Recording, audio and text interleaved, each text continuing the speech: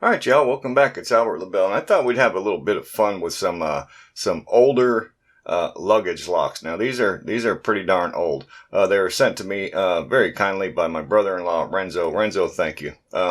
Everyone's getting to know that my family that I'm kind of a lock nut, so he sent these over to me. But yeah, they're I don't know if there's a actual name brand to them, but this is probably the box that they came in, I would imagine. Travel Smith 9900. That's pretty much it, except for the made in Taiwan on the bottom. But yeah, this is how I got them, and they are a matching set. And they are, yeah, like I said, they're identical. So we'll just basically, we'll just put, I guess, that one aside and play with this one. And it comes with the little instruction pamphlet. Very short and sweet. They are cool though. They got a little airplane on them. And a fancy dancy. They are set to 00 from the factory, like that. So let's take a peek at this dude right here. Basic instructions on how to reset the wheels. So basically, it's got a little button on either side. So this button here is how you change the combination for this wheel. This button here, you change the combination for that wheel, or change the digit. So it's really obviously only a 2-digit combo. So a 2-digit combo, 0 through 9 on each wheel. I believe that gives you a combination of 100 possible combinations, because you got 00 through 99. So I believe it's 100. So it's kind of impressive for 2 wheels. I think if you had a third wheel, I think it bumps it up to like 1,000 though, because then you'd have 000 through 999. But anyways, I think that's how it works. So yeah, 100 possibilities. So yeah, it's set to zeros from the factory. Again, the buttons to reset the wheels. That's pretty much all it tells us on here. It tells you how to do it for the first one, and then just repeat the process for the other wheel. But there's a serious flaw with those, and I'll get to that. And I mean serious flaw. Now, these are outdated though. They're probably not even legal to use anymore, because if you do any traveling, you're probably familiar with TSA. TSA uses what is it called? Travel Sentry, which came out I think in 2003. According to my Google search, and they are in charge of overseeing the creation and approval of luggage locks that can be opened by aviation security agencies like the TSA. So they need to be able to get into your stuff legally, because let's face it, we live in a dangerous world. So yeah, these are probably not allowed. You probably can't use these anymore because there's no master key. They can't use a master key on them. So anywho's. So let's see. First of all, I'll show you how to decode something like this, and then I'll show you the serious flaw. So to decode it, first we'll scramble the wheels up so I don't know the combo. Obviously it's 00 right now. So I'm going to turn it away from me, push in this button. Obviously I can't see that because I'm back there. So pushing the button, I'm going to scramble the wheel up. Have no clue where that's at. Release the button, scramble it up again. And I'm going to do the same thing for the other side. I'm going to push it in with that finger. Scramble the number. Okay, oops, now I'm going to scramble it some more so I don't know what it is. Okay, now it's fair to say I don't know what the number is. Let's put it back on 00 just to show you it has been changed. That's 0.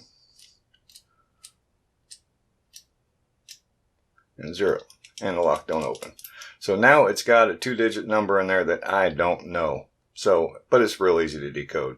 Now you could press in on this button and roll the wheel and look for the loose spot, or it's a little easier I found just to press in on the actual locking pawl. So I'm going to do that. I'm going to press in on that, and I'm going to roll through the wheels. See, that's, well, actually, that was loose already, I think. Nope, that's tight. Alright. I'm going to feel it. Tight. Tight. Okay, that feels loose right there. I'm going to try that. I'm going to try this wheel.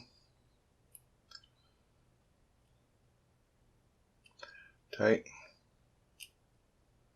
tight.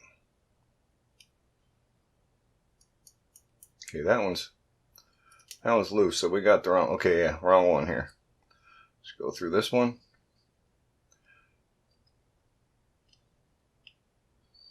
Tight. Oh, we did go back around, so it's 0.6 now. But still, I scrambled them up pretty good. So now it's 0.6. So you see how easy that is. You can either push in right here or push in on the button just to get the wheels to lock up, and then you look for the loose spot basically. So what is the serious flaw I was talking about besides that? So let's say, let me reset this back to 0.0 for one.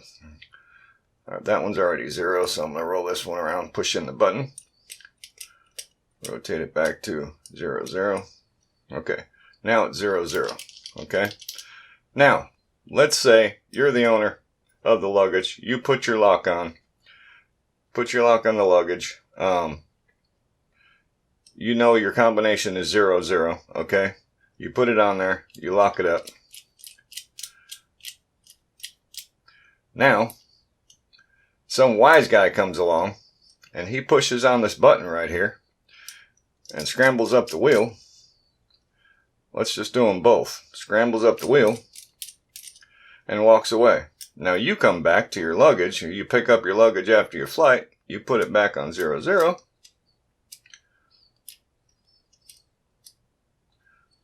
and your lock don't open. The lock doesn't have to be open for you to change the combination. You can just push in on the little button and, give somebody a really, really bad day. Just push the button in and you just jacked up the combination for this lock. It's no longer 0.0. So now you'd have to pick it again. So let's see. Push in on the, actually push in on here. Tight.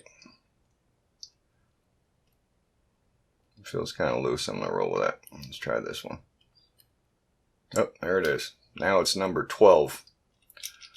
So yeah, that's a pretty bad flaw. Usually on combination locks, you need to have the lock open and like rotate the shackle, do something special, but you need to have the lock open in order to change the combination. You know, that way only the owner can change the combination for the lock. But yeah, that's a pretty bad flaw. But they are outdated anyway, so anyways, I thought we'd just have some fun with them, and we did just that, right? Renzo, thanks again for sending those over. I do appreciate it. They are pretty cool. And I'd like to know how old they are, actually.